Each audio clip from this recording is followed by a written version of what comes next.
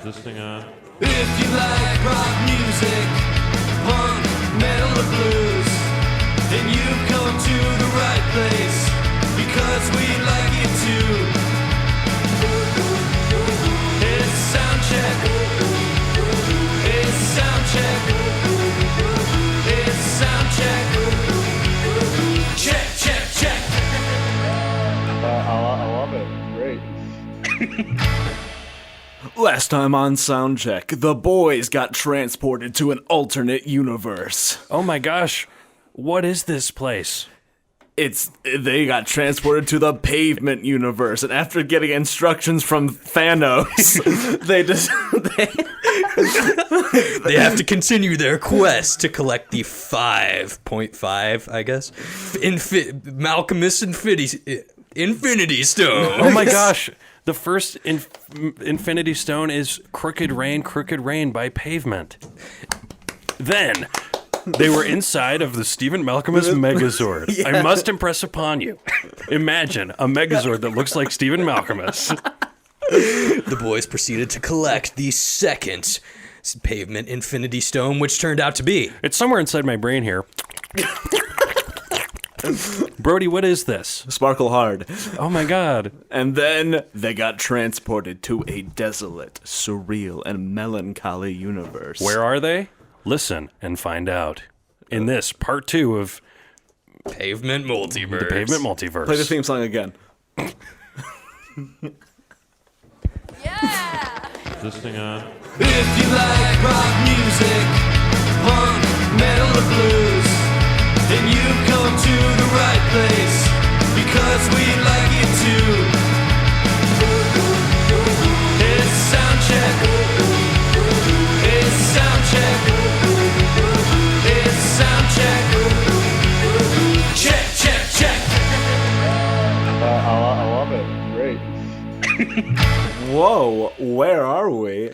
I don't know, but guys, I feel really happy today. Do you remember back when we first decided to start Kindness Texas? Those were some good days. Those were some good days. I remember we were listening to so much David Berman music, and I remember we even put that as an influence on our poster when we were looking for a drummer. Yes. Our poster that got only one response. Shout out to that guy. From a 65-year-old man. Well, yeah. That's real. Yes. But, guys, we just have so many good memories with David Berman.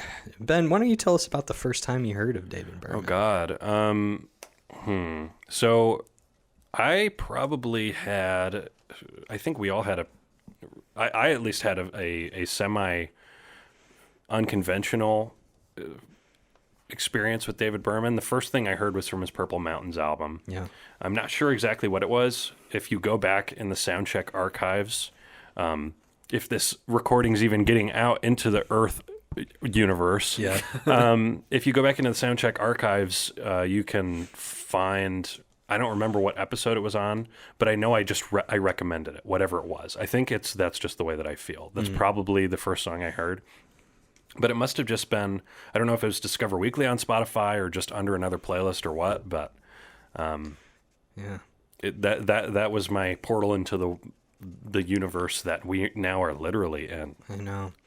And such a loss, too. So much sadness around David Berman and his eventual death. I remember my first experience with Silver Jews and everything he created was when Jay Mascis put on his Instagram when he died, "Holy shit, what the fuck? What is happening?"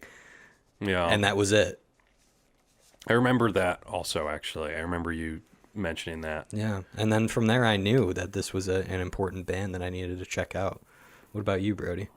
I don't know. My story is pretty boring. I mean, I heard Purple Mountains is a good album, and I was like, hey, it's a good album. So we all kind of started from Purple Mountains and worked in reverse. Yeah. But let's talk about David Berman's arc as a musician. Yeah. Starting with his most famous project, the poetic, prolific, and amazing Silver Jews. Right. And I like we talked about in the first part of this series, David Berman and Stephen Malcolmus were friends, and Bob Nastanovich, who ended up being a percussionist in Pavement, was friends. Like, there was just this friend group at UVA.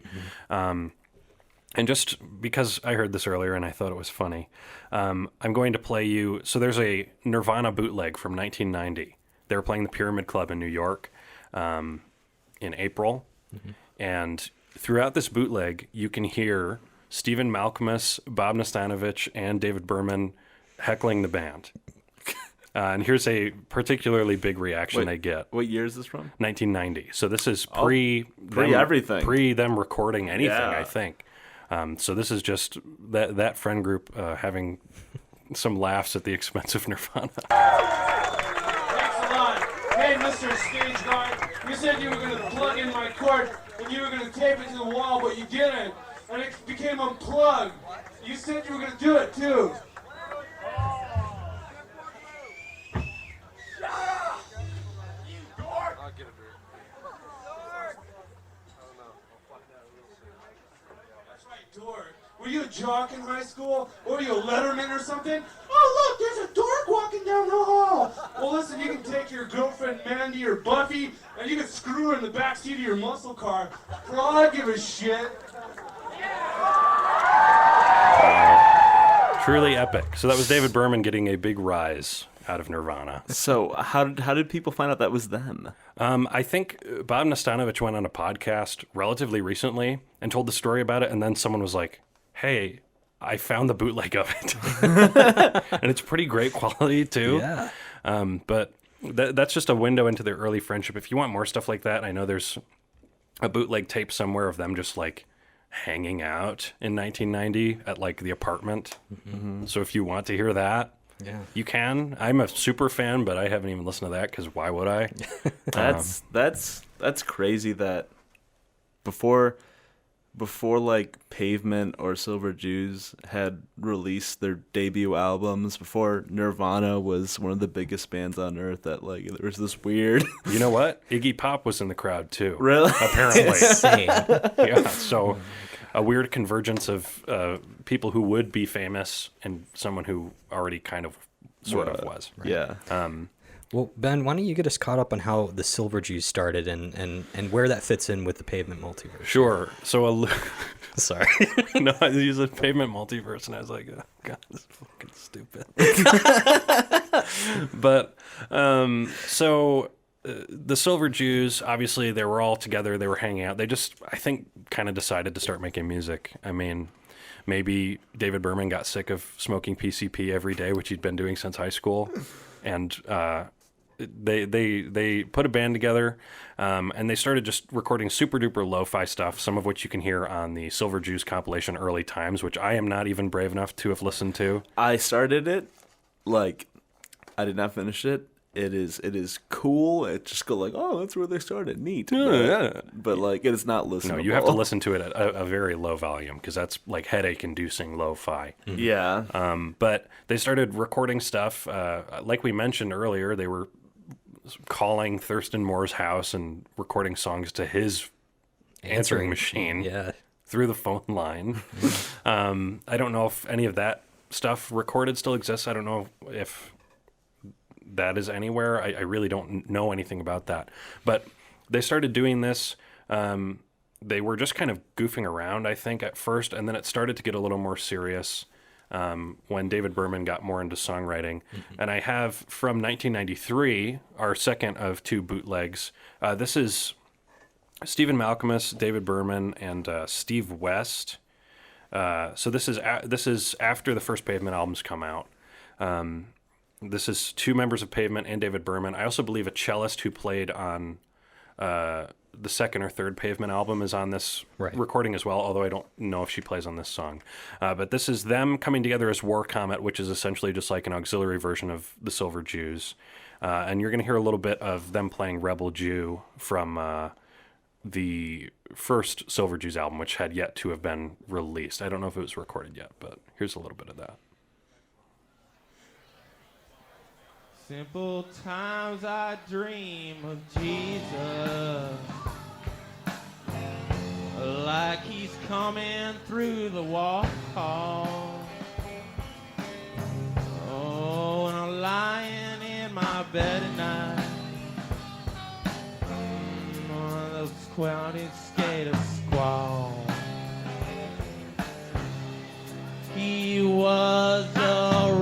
Jew. He was a rebel Jew.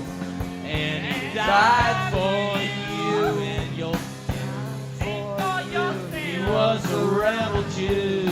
He was a rebel Jew. And that's really notable for posterity, basically. Gotta love them all starting that on time. Yeah, it's got that. It's a very sloppy gig, but I think it's worth listening to. I know they cover the Killing Moon on there, which Pavement would do periodically. There's a recording of it somewhere, but yeah, I mean, this is kind of the beginnings of David Berman's real musical journey, and that's also a notable tape because David Berman, once he started the Silver Jews, wasn't really playing live at all. Right. Yeah, the Silver Jews didn't start touring till 2005. Right. They only really started touring late into the career, like the last two albums. Yeah. So it's rare to hear David Berman singing live at all. Right. Which I think we can talk a little more about rarities and stuff later, because there is very considerable stuff that hasn't been released that I know we'd like to hear. But I think here, actually, let's Thanos. What are we supposed to do now in this David Berman desolate wasteland basement area? Yeah. Underworld. Yeah. You must decide the best Silver Jews You should have stone, gone for the Infinity Stone. Okay. Okay, Thanos, thank you. Thank you. Thanks, Dana. Yeah, sure. No problem, guys. Talk This to is you all later. pretty cut and dry. I mean, we're in another dimension, which is crazy, but like, there aren't really any threats. Yeah, We're just kind of hanging out.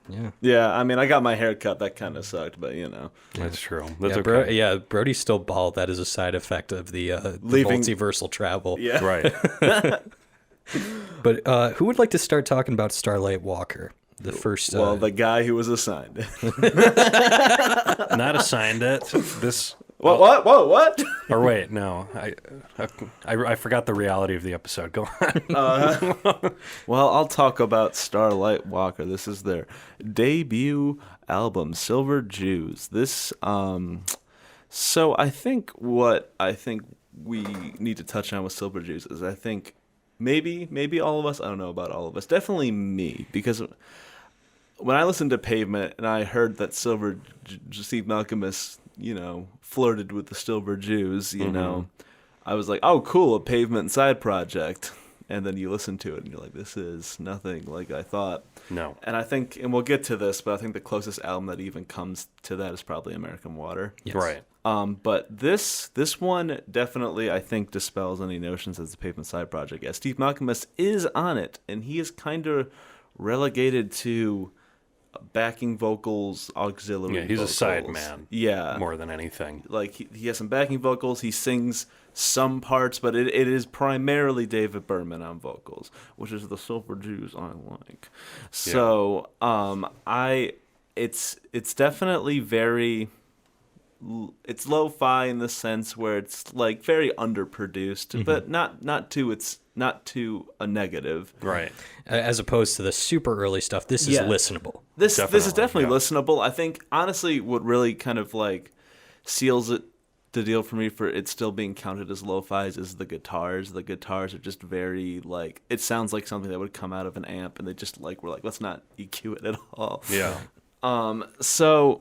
I mean, I think you can definitely hear right off the bat there are tons of songs where it's like, wow, David Berman already has his songwriting style down. It's the first album. Like there are songs that are so utterly David Berman. And it's incredibly impressive Yeah. how much of a songwriter he grew into just with this first release. I mean, just listen to Trains Across the Water.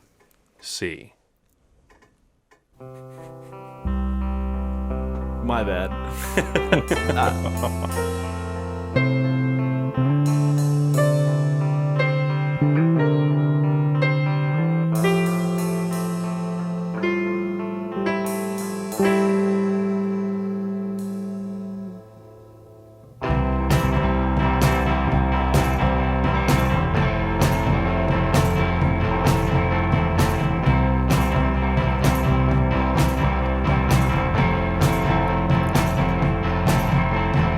troubles, no troubles on the line.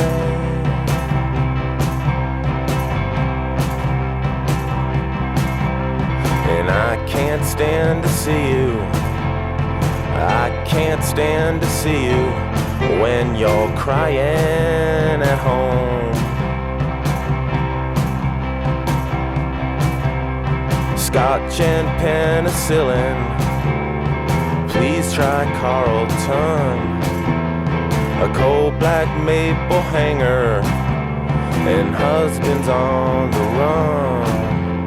I just got back from a dream attack that took me by surprise. So I think like with the lo-fi stuff, you can definitely hear the rough around the edges like, nature of the production. Like, you know, I think, you know, a normal person, maybe not normal, that's not the right word, but just like on average you would like hear clean guitars and like country influence, and you'd want to like spruce it up a little bit, clean it up, but like this is still very much based in indie rock and lo-fi. Yeah, definitely has a practice room kind of feel. Yeah, and there are some very solid songs on here. I would say, while an instrumental is kind of a tradition on Silver Jews albums, I think on every album there's at least one instrumental. Almost every album. This one has two. Like, listen, they aren't bad songs, but that's not really what I'm here for. That's not really what I'm coming to Silver Jews. You know, is the musicality I'm coming for, like David Berman. Yeah, and it has. And I think this is definitely still shows that like they're still not quite out of their lo-fi days yet, which is the song The Country Diary of a Subway Conductor. Play a little bit of that real quick. Sure. It's a bit of a weird one. Get 'em out of there. What if it costs 25 cents to wake up in the morning? $1, $10. So it basically sounds like that for the whole song. Like, it isn't like some weird Pavement-esque intro where they start out like that and like they tighten up throughout the song. Like, it is basically that through the whole song. And I still think it's a really solid album. It's definitely probably in my top. I mean, there's only 6 albums, but it's still a good album, but it definitely is still very much has its growing pains as a debut album.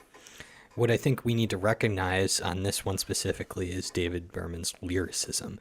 I think it's going to be a really strong debate, maybe not with us three, but in the fan base as a whole. Who is the stronger lyricist, Steve Malkmus or David Berman? And with that one, that first release, you can see the beginnings of a truly poetic man. Right. Yeah. Yeah. Yeah, right. No. Oh my gosh. Look over there, it's Carlton from The Fresh Prince of Bel-Air. Like how in Trains Across the Sea he says, please try Carlton, which that's the only Carlton I know, and he's right over there. He's doing that dance. And he's dancing on a bridge. Yes. A natural bridge? Oh my gosh, and under the bridge, it's O.J. Simpson. What? He's driving the Bronco under the bridge. Okay. And Carlton's waving to him. Oh no, Carlton. The bridge is collapsing. Don't do that. All right, folks. Let's get into the natural bridge. Quite possibly, in my opinion, the most underrated Silver Jews album in the discography. If I was to guess why, it's because the songs tend to blend into one another with this lush, mellowed out tone of the guitars and vocals throughout the whole album. If you're like me and really click with that sort of sound, you're going to really recognize the beauty of the whole piece. This album was born out of tension between Malkmus and Berman after a 1995 session ended with some frustration, to say the least. Mm-hmm. Berman just walked out, just furious, and it turned into a stalemate, which eventually became another EP for Pavement and the conclusion of The Natural Bridge for Berman by himself. I think this record was the biggest shift to darker lyricism until we get to Berman's later projects. The line in Pet Politics specifically really stands out to me. I think we may be losing now. Please guard my bed. It still gives me a lot of chills, as well as a lot of these songs do. Berman's not afraid to call out locations on pretty much all of his records. He gets the point of like location, rather that be talking about Texas or Wall Street or California or what have you. It creates this illusion of a unnamed sort of omnipresent narrator that is everywhere and nowhere in America. That's at least what I get, is like this traveling wanderer whenever I listen to Berman's music. And it's just so uniquely American. It's so uniquely awesome. A high point for me would be the song Dallas. You guys know that's been one of my favorite Silver Juice songs for a long time. There's another version I'd like to play as my recommendation at the end here. So for now, I'll bring on the Frontier Index. This tune could probably be used in a horror movie with just how haunting it is.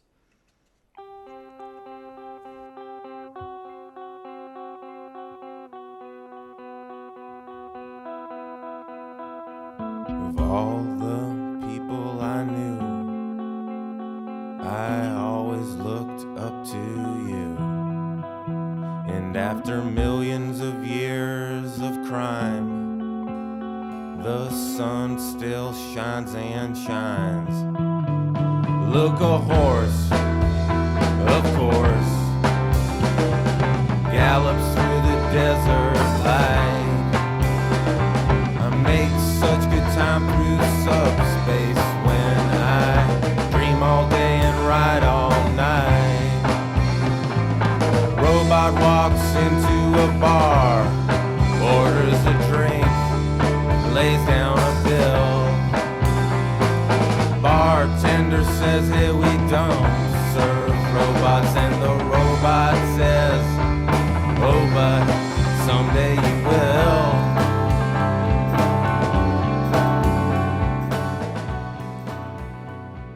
Brody, I think you share my love of The Natural Bridge. I do. I think it's my favorite Silver Jews album, and I think this is my favorite Silver Jews song. Why? Wow. Why? I think, I don't know. Cause, yeah. No. Because of the Star Wars reference? There's a Star Wars reference? Yeah, that part about the robot. That's a Star not getting Wars served at reference? the bar. Oh. I didn't know it was a Star Wars reference. Yeah, that we don't serve their type. I don't know. here. I just think the lyricism is really good on it. Obviously, I don't know why I like the line, boy wants a car from his dad. Dad says first you got to cut that hair. Boy says, hey, Dad, Jesus had long hair. And he says, that's right, son. Jesus walks everywhere. I don't know. That's kind of just a weirdly funny line. Yeah. Just like that exchange. Like, it's kind of like a weird dad joke. And like, you can't have a car. Jesus had long hair, so you got to walk. I love that. There's so many, actually, things like that in David Berman's lyricism, where it's like these puns and wordplay, and it's just so clever. You actually have a couple, or at least one book of poetry by him, don't you? Oh yeah. So, well, I actually have his book of cartoons, which is kind of it's kind of poetry in cartoon form, really. But then his book Actual Air, is that the Brody has that one? I have that one. I have at least at the time buying it, the only copy in Michigan that was being sold. Wow. Yeah, it's rare. But that book of poems is actually pretty well regarded among poets, which is saying a lot about David Berman's lyricism. Right. There's lots of times with musicians, if you pull the music away, the lyrics can't stand on their own, but his really do very consistently. And he can juxtapose something as serious as the start of this song with little jokes like that and make it totally work. Yeah, with Actual Air, I had to go to Grand Rapids to buy it. Mm-hmm. And I stayed at one of me and Michael's friend's house, and I accidentally left it there. And I said, hey, could you give me that when next time I see you, could you give me that book? And he said, yeah, this guy's really sad. Yeah. I'm like, that's an understatement. No, and that definitely shines through the vast majority of his music. But I think it's sadder music than Pavement, but there's still a there's some kind of resting joy to it too. It's not all dark and doom and gloom totally. I mean, you can hear it in even something like the Frontier Index, when we're talking about those back and forths, and he's singing about a robot and this stuff that's like, Right. it's admittedly silly. I think we'll definitely see some funner stuff. Funner, damn it, I didn't use a real word. More fun stuff moving forward, but I will say The Natural Bridge is probably one of his darkest releases. Yeah. Definitely. And it should be preserved as one of his best lyrical albums as well. I can, every time I hear a line and I focus on it, just for like a minute, I understand new meaning of it. I don't know. This man is just such a true, like, master of English, master of like writing and poetry, and we're gonna hear that in all releases going forward. But now we can have a little more fun with his music. Am I right? Yeah, I have an interesting assignment for this in having his last album and his last album, and then also having his most famous album, American Water. Right. Yeah, this is probably the most Pavement heavy one, I would say. So if you're into Pavement and you haven't made the jump over to Silver Jews yet, then this is where to start. If you're not into Silver Jews, this is probably still where to start. Yes.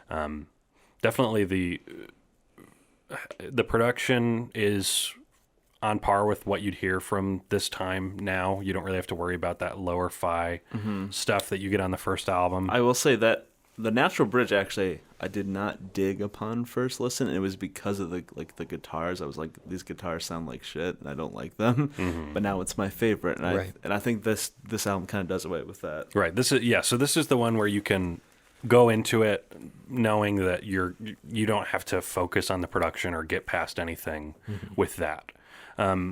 This is also this is the album with Random Rules on it, which is probably the biggest Silver Jews song, hands down. So good. Starting with his most famous line in 1984, "I was hospitalized for approaching perfection." Slowly screwing my way across Europe. They had to make. I had an erection or whatever he said. I fucking love this album. No, it's truly fantastic. This is where you start to see the country influence very, very obviously on Honk If You're Lonely. Yeah. Oh, yeah. Smith and Jones Forever as well. Specifically, yeah. So there's That always one's like a Western Yeah. almost. yeah, there's always like this American frontier sound to his stuff, but this is really that comes to the forefront. Lots more Stephen Malkmus on this. Vocally, there's actually a few kind of duets. Yeah. And one of those is mine. This might be my personal favorite from the album. It's hard to say. It's all so good. But Blue Arrangements. This is a truly fabulous song. I see you gracefully swimming with the country club women in the Greenwood Southside Society pool. I love your amethyst eyes and your Protestant thighs. You're the shimmering socialite Jew. From the carbon dioxide riding academy to the children's crusade marching through the downtown. Well, I think I'd die, see if you just said hi to me. When something breaks, it makes a beautiful sound. Sometimes I feel like I'm watching the world, and the world isn't watching me back. But when I see you, There's that Ottawa again. Well, I was actually going to say, because obviously you can hear Stephen Malkmus in the vocals and the lyricism because he is on here. But I think also what really kind of makes it a good way to start, especially if you're a Pavement fan, is that the guitars, such as that, you're not going to hear anything like else that on any other Silver Jews or David Berman releases. So the guitars are very Steve Malkmus. Right. It's a lot more musically flashy than every other Silver Jews album. Right. Which it serves this crop of songs, I will say. What's everyone's favorite American Water song? Okay. Oh, I've listened to Smith and Jones Forever more than any other Silver Jews song, but the instrumental on this, Night Society, is a fucking jam. Like, it is good. It goes so hard. I would have to say it's either Blue Arrangements or Honk If You're Lonely, probably. Mine is probably...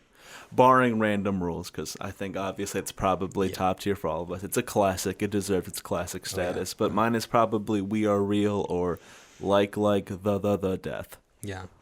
If you happen to wonder, I mean, Ben and Brody both drive some pretty recognizable vehicles, but you can definitely spot it with the trademark bumper sticker. Yeah, honk if you're lonely tonight. Have you gotten honks? I have gotten honks. There have been multiple times, and I'm known for getting honked at. Yeah, I was gonna say, are you sure this is not for your driving? The thing. I've been stationary and I got honked at, and I'm like, what the fuck? Who's honking at me? And then like I look at my rear view, and they're like. Yeah. So yeah, that's awesome. Yes, I have had the similar experience. Definitely in the drive-through a lot. If you guys want a Christmas present idea for your boy, I wouldn't mind one of those stickers. Well, I have great news for you, Michael. There's one in my room. Can I have it? Yeah. Yes. God, I love this podcast. There's a happy ending in this verse after all. Wow. Yeah.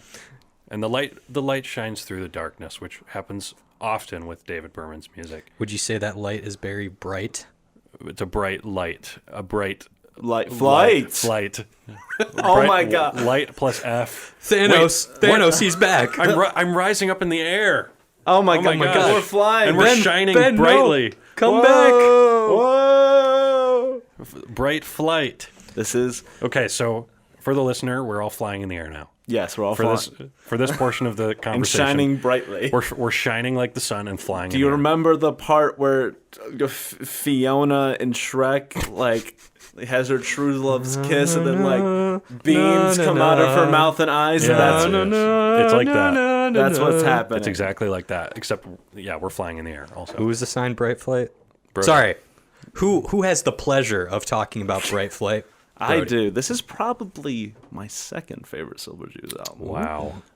This one is pretty good. I think this is the start of this is definitely the start of the cleanly produced Silver Jews album. Mm-hmm. Well, second half of the discography. Yes. Cleanly produced. Well, American Water definitely is not lo-fi by any stretch of the imagination. It still has that rough stuff because of Steve Malkmus's heavy involvement in that album. This one is very clean, and it's probably their biggest, where you can hear their country influences most clearly. A lot of pedal steel, definitely. A lot of slide, a lot of very country-esque things. Yeah, there's a country cover on here, actually. Oh, really? What's the cover? Friday Night Fever is a cover. Oh, really? I did not know that. And I think that's a good transition, because that's a nice little song in that, like, it's about the simple things. Like, it's just like, hey, I love my significant other, but sometimes I just got to have a little me time. And I think there are some great David Berman songs on here that are like classic David Berman. Like there are songs like, hold on. Oh my gosh, Michael's got it. Whoa, a track list is flying something. I don't know. There are songs like Time Will Break the World, which are very reminiscent of stuff like Off the Natural Bridge. But with the biggest change in the lyricism is that David Berman had a bit of a little girlfriend at the time. Girlfriend. But like, and that definitely is reflective of the lyrics, and like a lot of them are about his wife at the time, Cassie Berman. And one of the songs is Tennessee, which uses the classic pickup line, "You're the only 10 I see," as kind of the chorus in this very cute way. It still has a bit of melancholy tinged on the verses, but it's still a very sweet song. Take a little listen. Mm-hmm. I saw the river playing in the valley, rushing round a bend and skipping stones. I saw the meadow warble in the moonlight. I've come to get my girl and take her home. Her doorbell plays a bar of Stephen Foster. Her sister never left, and look what it cost her. Gonna live in Nashville and I'll make a career out of writing sad songs and getting paid by the tear. Marry me and leave Kentucky, come to Tennessee.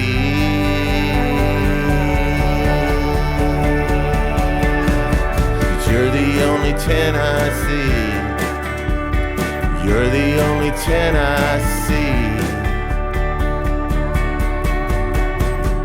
I've looked through offices and honky tonks for man and So I think that one is good representative of the headspace David Berman was in at the time with his lover as well as the sound. Also with the country influences, like it also shows the lyrics, like getting paid by the tear is such like a country line. I think there's something really important to note with David Berman's lyricism, and that's so when you think about a regular rock band, I'm not sure what example to use. What's just like a regular rock band? Rolling Stones. Okay, sure. The Rolling Stones. So the Rolling Stones, Keith Richards comes in and he's like, I got this cool riff. And then he plays whatever. And then Mick Jagger's like, oh man, we need some lyrics for that. This is a real conversation they've had. Right. And then they shoot heroin and then they come back and it's like, well, here's this old B.B. King song. Let's steal a lyric from here and then let's steal a lyric from here. Like, it's just like, with most musicians, most rock musicians specifically, it's, hey, I have this song, now it needs words. Now it has words. And that's it. Right. With David Berman, and this is something I've noticed lots of rock musicians don't do, and I think they would benefit from, is he's using poetic technique. So, like, you hear the start of that song, he's talking about a river and a valley, but he doesn't say, there's a river in the valley, and then move on to the next thing. He spends time with it, and he personifies the river. All right.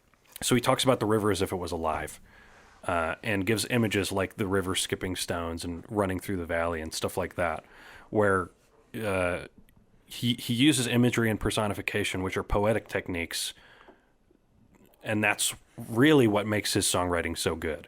Yeah. Is he can, and stringing these images together is another thing, but the fact that he is actually thinking about what he's writing as poetry as much or more than as a song makes it really shows in the lyrics, and that's what makes his music so great. I mean, you talk about the progression of songwriting that rock bands encompass a lot of the time, of starting with the music and then adding the lyrics.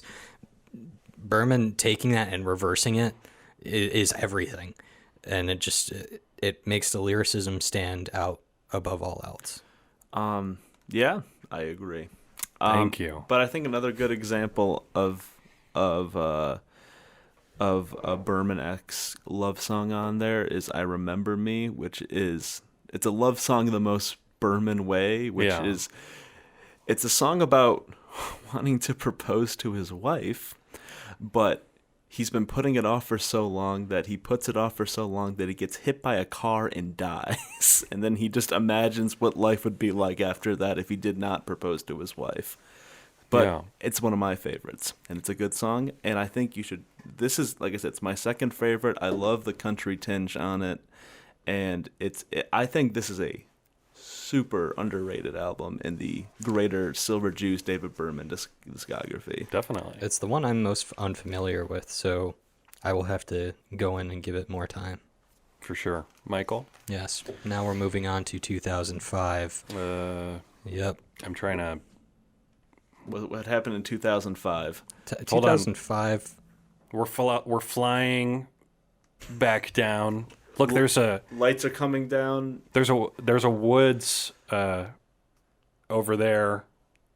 Let's walk over to the woods and see. Oh my God! There's a twisted 2x4. Maybe the woods have a name. Let's walk over there. Okay. Okay. Yeah, Brody, get on the horse. Everyone, get on my horse. Okay, let's go. Oh my God, that guy looks like Robin Hood or something.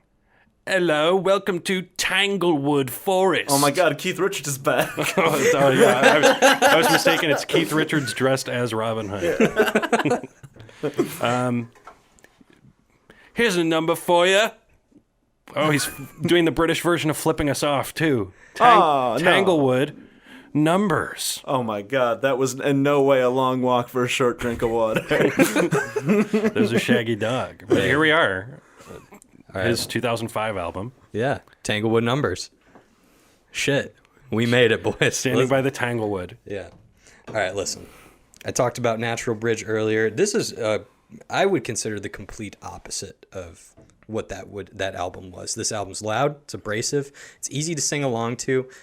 We're coming off the commercial success of American Water. We're coming off of the slowed down and really thought-provoking love songs of Bright Flight. And now we're back in the band. So overall, this is a solid later release from Berman, and all the songs are incredibly moving. There's some good wisdom behind these lyrics, I have to say. And like I said, one of the best band collaborations he's ever been a part of. We're seeing the return of some Malcolmist collaborations and the other Pavement personnel.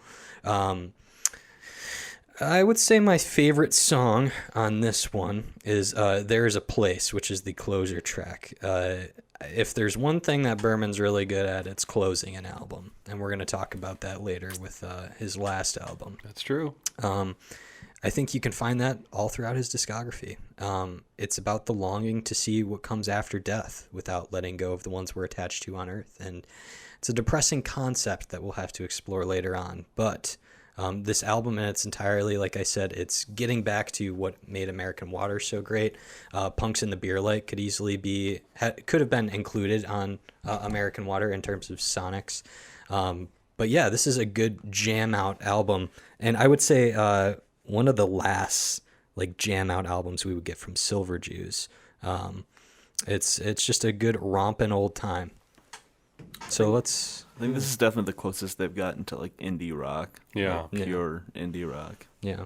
But you mind if we play my favorite song on here? Yeah, There Is a Place. We'll go to that place now. Yeah.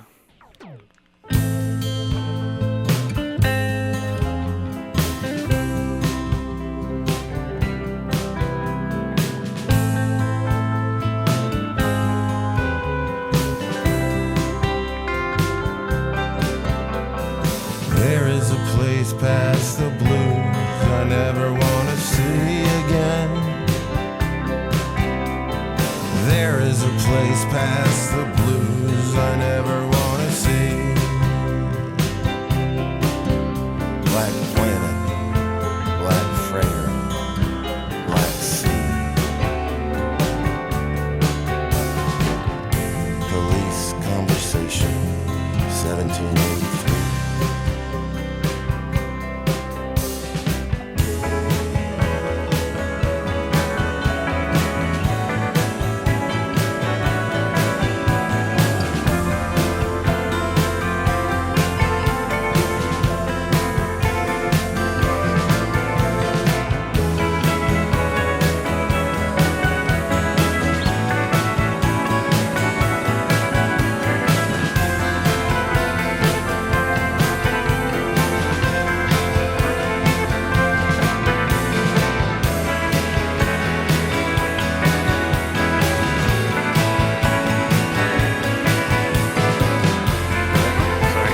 Sorry, I zoned out.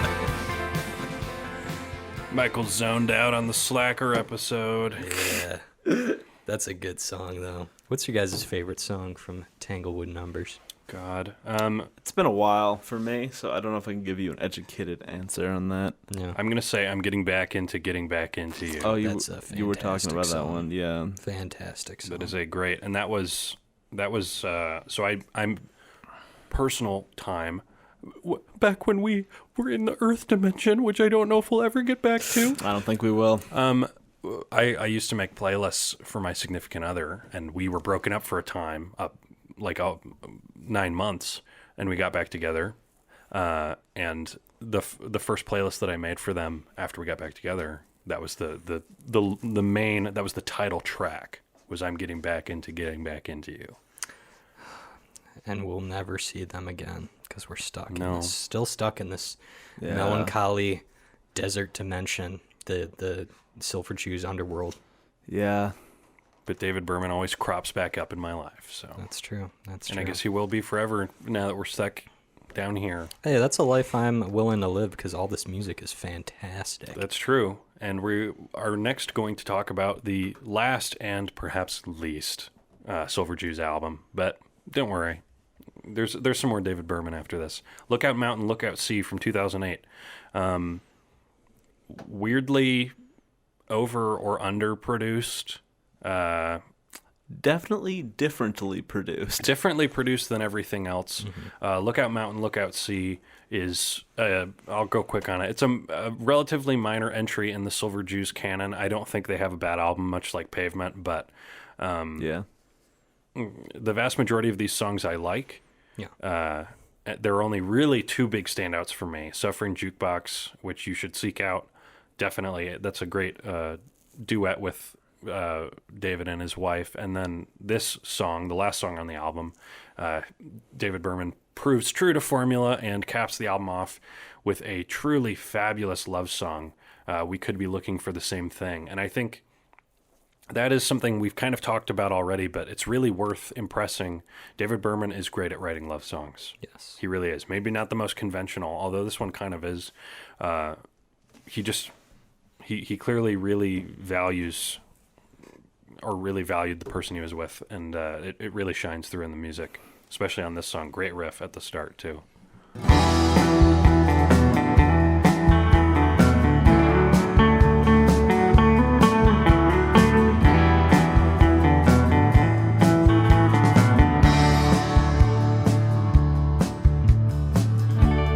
Way, way out past where the sidewalks disappear, and up through bright blue blocks of sky, where the days turn the weeks into months of the year, and where together you and I,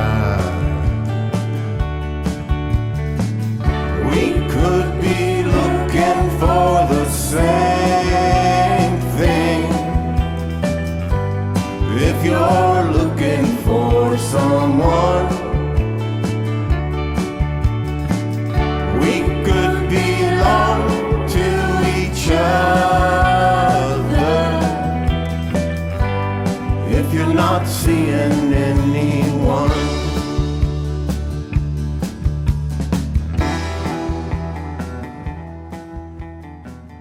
And it doesn't have like the same. It's not like super duper poetically all over the place like a lot of his stuff, but it's just a really good, straightforward love song. It is. And I think, and we'll obviously be talking about this next, but I think this is, as I was talking to you, like the sound, I think he definitely had an idea of what he wanted it to sound like Purple Mountains. It just wasn't there Right. quite yet. I don't know if the right backing band wasn't together Yeah, or 'cause if the it's guys the production on- or what. But The guys from Woods did a great job in Purple Yes. Mountains. But also I think not to say less poetic is a bad thing, but I think that is very reflective of Purple Mountains, as it's a lot more straightforward and it's a lot less abstract and surreal, and he's just kind of like telling it how it is. I guess less abstract would be more the way to Yeah. say it than less poetic. Yeah, my bad. No, but I said it the same. But Yeah. I'd say like the abstractness goes away starting with this album and then leading into the next one. But yeah.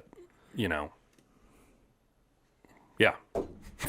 I think this record, like you guys are saying, it is sort of a last minute decline from the recent material, but you can also point out San Francisco, BC as being a nice little tune. I really am a fan of like Open Field as well. That's a Strange cover. Victory. Yeah, that's a cover by who? I can't say the guy's name actually, Okay. but Strange Is his Victory. name like a swear word or something? no, it's just I can't pronounce it. Oh, okay. Strange Victory, Strange Defeat, another good one. I think this is like the most parlory Yeah. he's gonna get here, and I think a lot of the things he starts to work on here, encompassing that parlor aesthetic and really embodying the Western like themes of it, is going to carry on into his last Right. project. Which, by the way, I think we have a decision to make before we can move on to that Hey! final thing. What? Fuck you, you limey bastard! Oh, no, my God, Ben! Keith Richards just shot me with an arrow. Oh my no. God! Oh no, we have to find the last stone. It's the only thing that can heal Now him, there's Brody. a ticking clock. We have to make the decision, Brody. Well, I think we both have our decision. The natural bridge. We did it. Yes, Ben, we bestow upon you the natural bridge Oh my gosh. pavement stone. I'm gonna open up the CD. We got to place it over his heart. Yeah, I'm gonna rub it on myself. Like anointment. Oh my gosh, I'm healed. The arrow just fell out. I think the arrowhead is still inside me. Wait, guys, it's time to be transported one last time. We all know what comes next. Oh my god. What's gonna happen? I have an idea. We didn't. It's What? Wait. so cold up here. I was gonna say it's so cold down here because we're just back in our basement, boys. The jam space. Are we not on a purple mountain?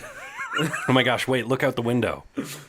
Our house is now up on a mountain. What? We fixed that.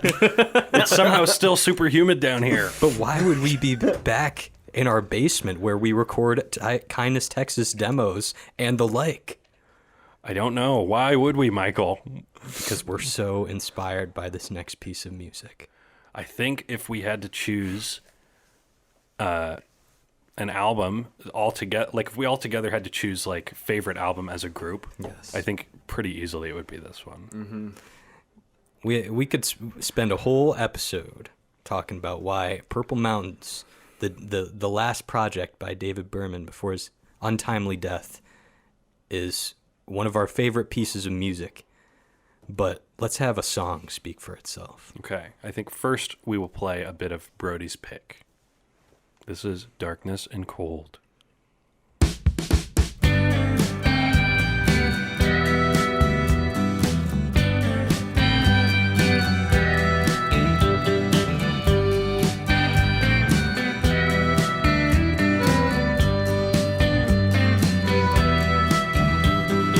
Light of my life is going out tonight as the sun sinks in the west.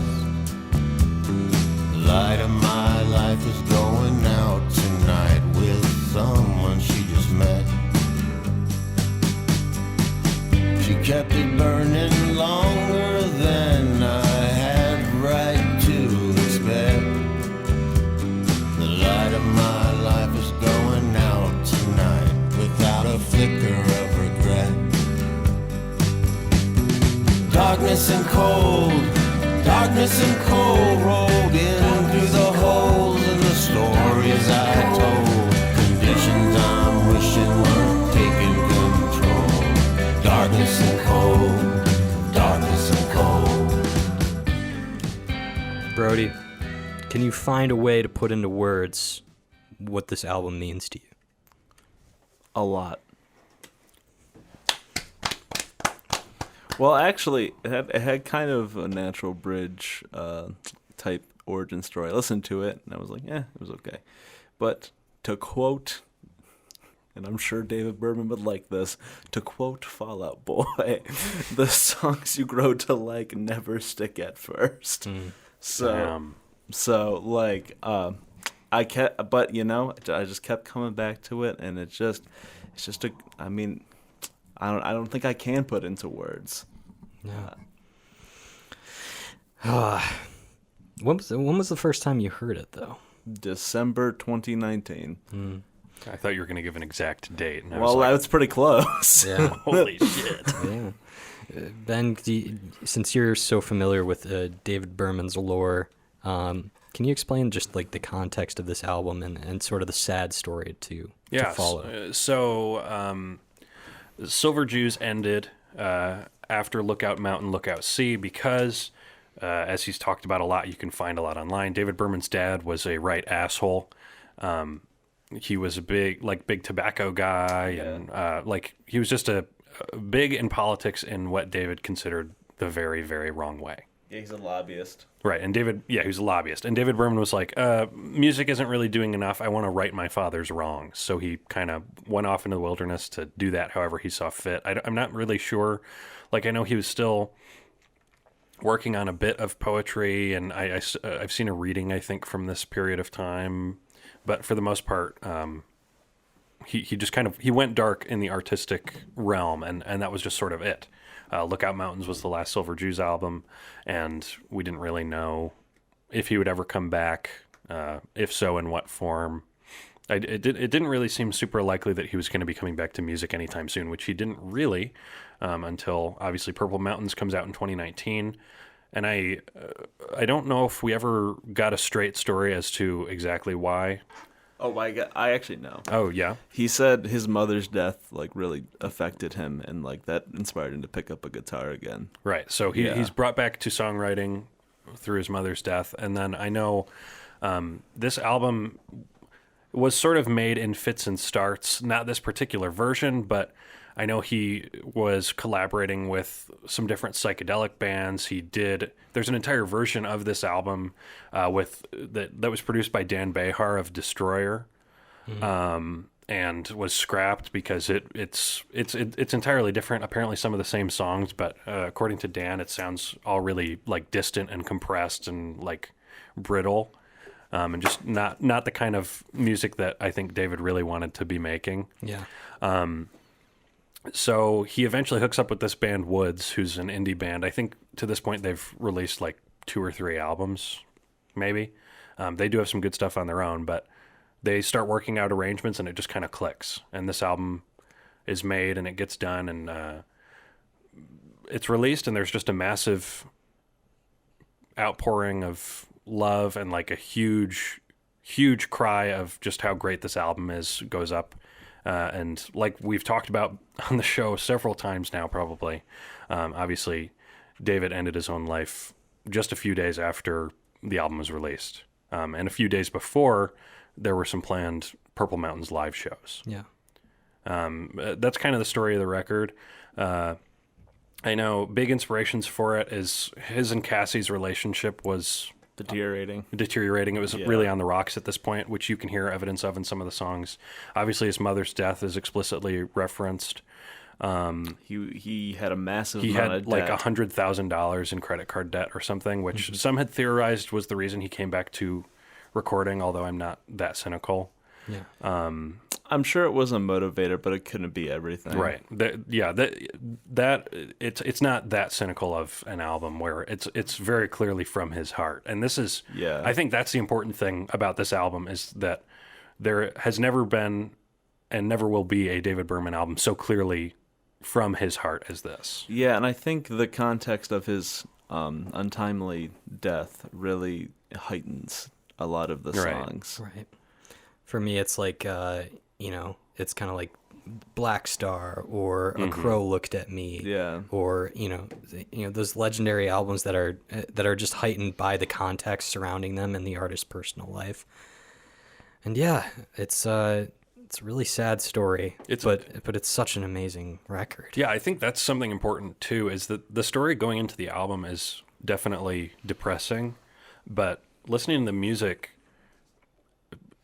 is sad, but there's like with even his saddest stuff, there's this undercurrent of,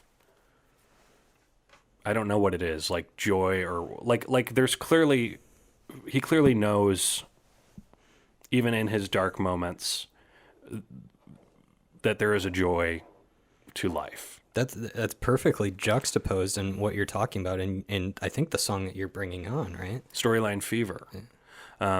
Is mine. Yeah. If that's what you were thinking. I think so, yeah. Yeah. I mean, it's just that, from what I understand, like, this whole album has this, like, such depressing motifs, but the songs itself are so danceable, and you can sing along to them, and it's like, it's almost like you're being welcomed into, like, joy, but at the same time, it's just like you have these dark thoughts while listening to it. So Yeah, it's that old Berman 1-2 punch. Right. I'll play a little bit of Storyline Fever. This is a sleeper. I think, according to Spotify at least, this might be the least popular song on the album, which, Wow. figure that out. It might be my favorite. It's very hard to say. yeah.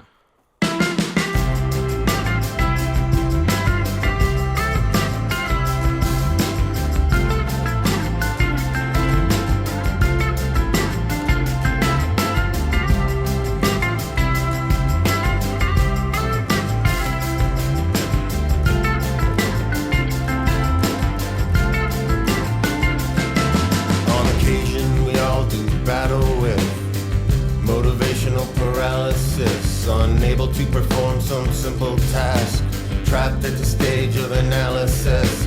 Thoughts of the shortness of life may beget bouts of shortness of breath in your chest, doubts about the worth of a night you got left, crowding out all but fear and regret. You got storyline fever, storyline flu, it's filtering how everything looks to you. Don't you reckon it's affecting your attitude? Storyline fever got its hooks in you.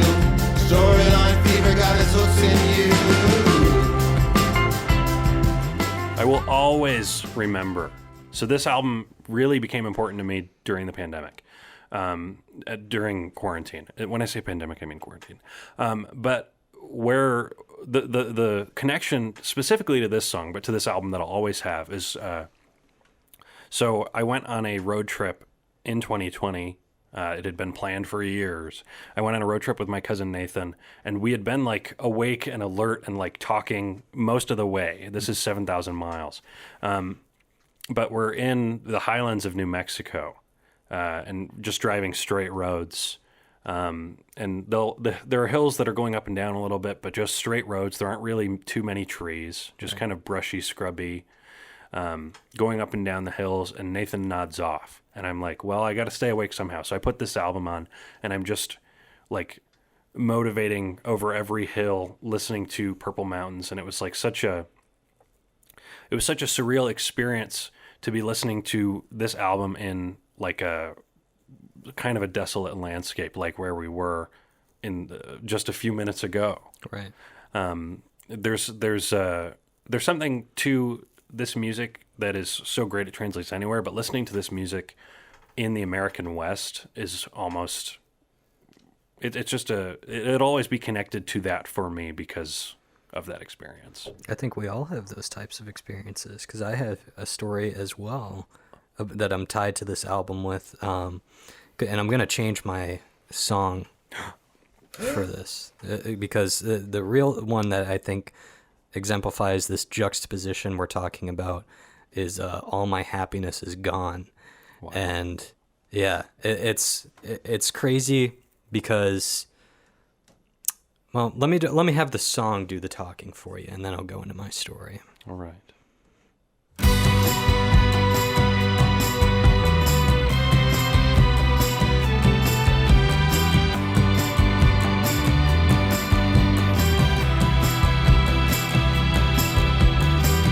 Friends are warmer than gold when you're old. Keeping them is harder than you might suppose. Lately I tend to make strangers wherever I go. Some of them were once people I was happy to know.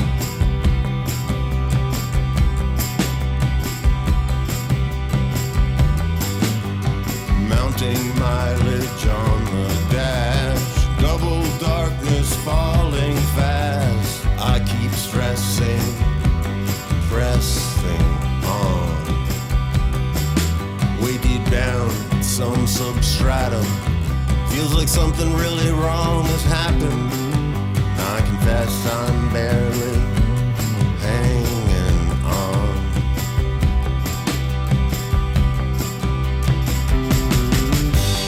All my happiness is gone. All my happiness is gone. It's all gone somewhere beyond.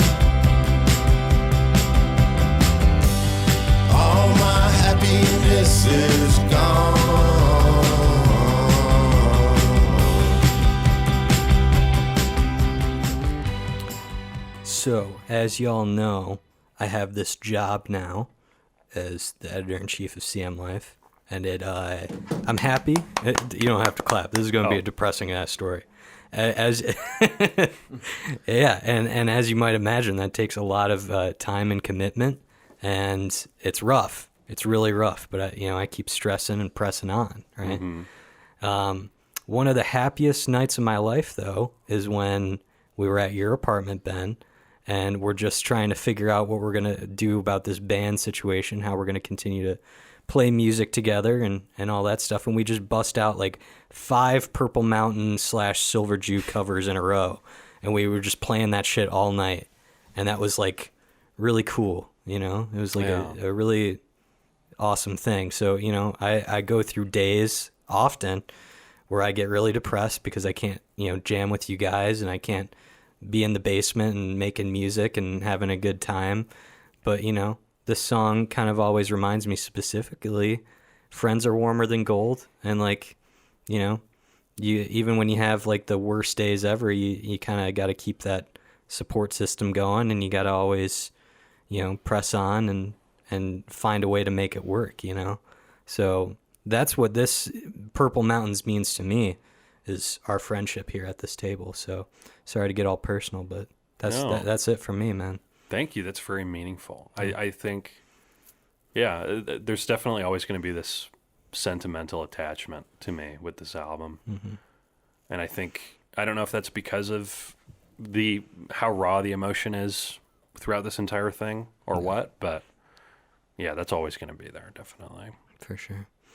Anyway, Thanos, right? Oh, yeah. Yeah. Thanos. Are we? What's we're the still best up on this Purple Mountains album? Okay, God. Thanos, we obviously know. Yeah. It's the one. This is the soul stone of the Malcolmus gauntlet. Or whatever. Oh my gosh, I think Thanos is about to speak.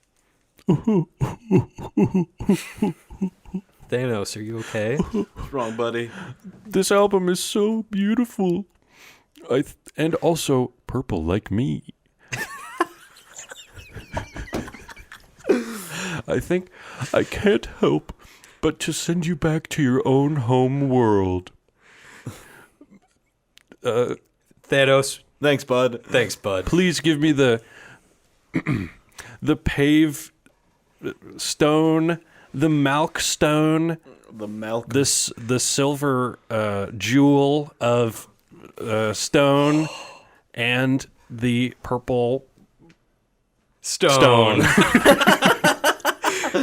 Well, Thanos, since you were the one who got us in this mess to begin with, we'll have to use this gauntlet to destroy you. No, I want to go back home. I don't want to be on this mountain. Oh shit, you're right. Yeah. No, I'm just kidding. We're gonna make your home world bright and beautiful again, like David Berman has made, and Stephen Malcolmus has made this world for us. Wow. Oh, thank you. Thank you for the stones. I will send you back to your world now. Woo!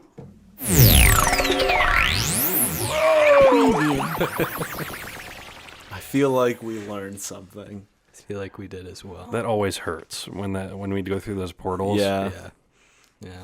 Gives me some chronic neck pain. Wow. Well, hopefully all that recorded.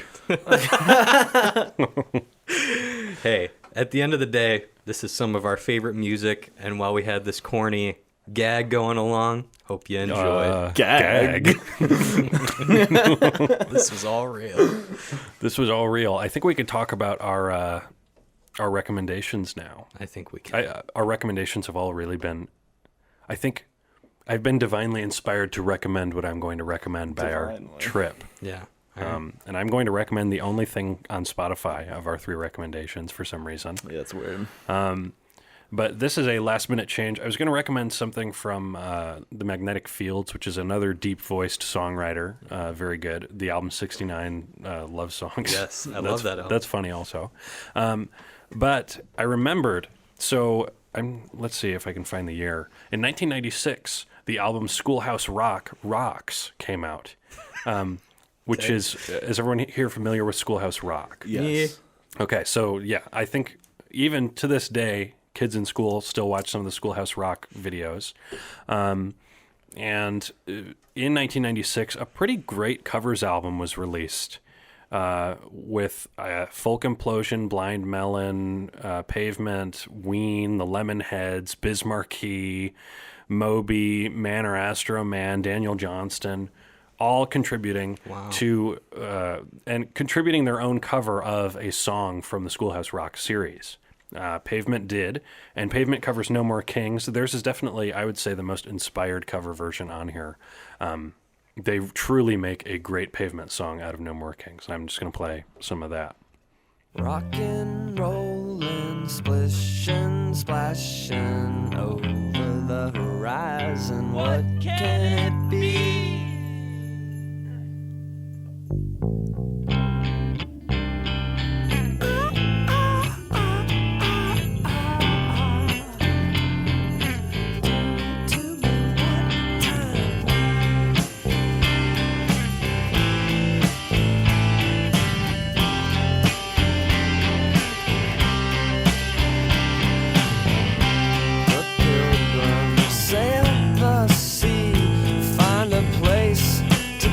Their own, so free in their little ship. The Mayflower, they hope to find a better home to be. They finally knocked on Plymouth Rock, and someone said we're there. It may not look like home, but at this point I don't care. Oh, they were missing Mother England. So really just Yeah. took the lyrics and totally made a Pavement song. Pavementized it. Yeah. And it's really great.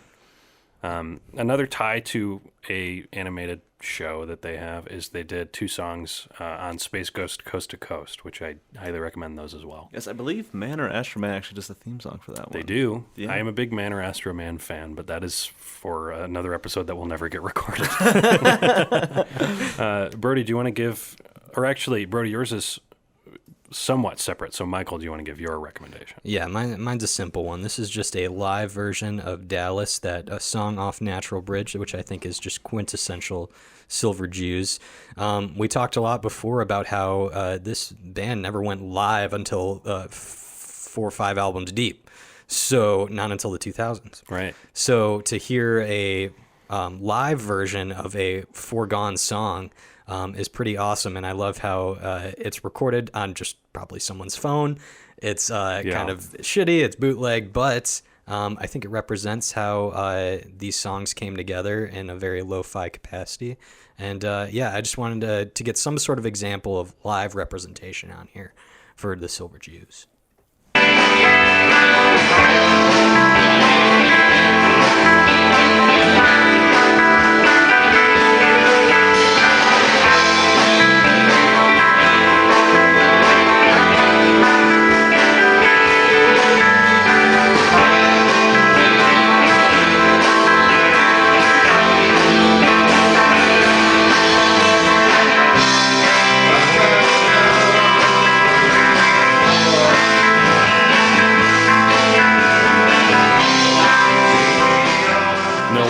If you can't tell, I had another one in mind, but it's not on YouTube anymore. No Sorry worries about that, folks. What was that? So that was a radio broadcast. Your other one, right?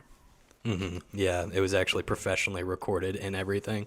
So sorry about that, but hey, if you can scout out a Silver Jews live, any sort of performance, I would go for it. Yes, actually, before we move on, I do have a recommendation in that vein. Let me find it. So there's a Live on WFMU September 2008 that focuses somewhat on what was the new album at that time, Lookout Mountain, Lookout Sea, but there are songs from back to the first album. Really worth listening to, and cool to hear those songs played live. Yeah. So yeah, there's stuff I think from every album on that performance, or almost every album. So Is Dallas on that one too? Dallas is not. That's I would have played that if it was. But Yeah. There's stuff from everything. Check it out. You can download it still, so go get it. Brody. Well, my recommendation is actually a cover of a Silver Juice song by Bill Callahan, who has a prolific solo career, also a career in Smog, as well as with Bonnie Prince Billy, or Will Oldham, who is a frequent Silver Juice collaborator. And both of them, I think, make very similar music to Silver Juice and David Berman type stuff. And they did a cover of The Wild Kindness, which is on American Water, with actually featuring David Berman's former wife, Cassie Berman. So you're bringing it all full circle here at the end. Yes. Very good.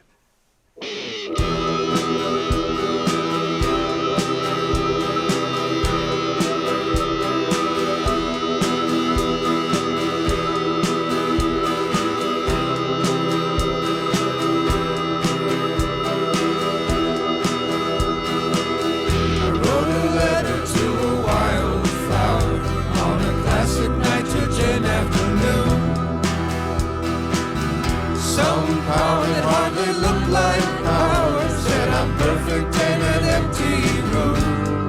4 dogs in the distance. Each stands for a kindness. Bluebirds lodged in an evergreen altar. I'm gonna shine out in the wild silence. I'm gonna shine out in the wild silence. I'm gonna shine out in the wild silence. Burn the sin of giving in. Oil paintings of X-rated paint. That's like, I was listening to it again, just hearing it now. It's kind of like, I can't find a way to say this exactly the way I want to. It's like, with that group vocal that lasts throughout the song, it's kind of like, have you ever seen when the Muppets cover a song? Kinda. This is going somewhere good.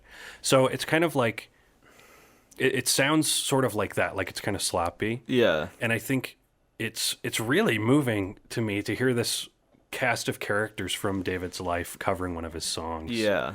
And like, it's not totally transformative, but like, there's just this super melancholy, like, Yeah. it's almost, not to get too dark, but it's almost like a wake or something, you know? Dirge. Yeah, like it's a, you know, how so many people, especially nowadays, really talk about how they want their funerals to be celebrations. It's kind of like if you had your funeral and then all your friends went out to the bar afterwards to like celebrate your life. Yeah. And they were like karaokeing one of your own songs at the end of the night. You know what I'm saying? That's pretty cool. Yeah. Also, great little line of poetry on this album cover, which you probably can't see on your phone. So, first life takes time, then time takes life. Damn. I don't know if that's Berman or someone else, but it sure sounds like him. The Wild Kindness is another great song off of American Water. Yes, it is. Definitely. Yeah. And that's a really great version, too. That song will always, this has nothing to do with anything, but the song will always remind me of Delivering Pizzas. That's when I first heard American Water. Wow. Yeah. So, I mean, we took quite the journey over these We last did. two We did. episodes, but I'd say we're glad to be back. Yeah. Yeah. What do we know what's next on the list here? To give them a little Yeah, preview? let's look it up. Y'all talk about what your favorite thing from the other dimension that we went to was while I look this up. I liked having hair briefly. Yeah, that was cool. Yeah. Yeah, I liked being the Steve Malcolmus Megazord. That was pretty cool. Yeah, I really felt our collective creative juices flowing there. That was pretty cool. Okay, so I'm going to sound like a broken record here because I'm going to mention something that has been postponed and moved so many times. Okay. So next, we've obviously gotten off schedule again, which is like us. I think that the next one, these will hopefully be coming out in relatively rapid succession in the next week. Yeah. So this second episode that you're hearing now came out on a weird day for us, like Saturday or Sunday. So next episode should be the first 4 Modest Mouse albums. Brody made a face. Brody going crazy right now. Brody takes the lead. He will be heading up that one, so get ready for that. And then hopefully the episode after that will be the Beatles debate. I think we will start the planning process of that ASAP. But yeah, so we've promised it to you a long time. Now there's an actual deadline because that documentary is coming out. So yes. Hopefully we figure it out. Yes. But until then. Well. Good night, Detroit. Wow, what a journey.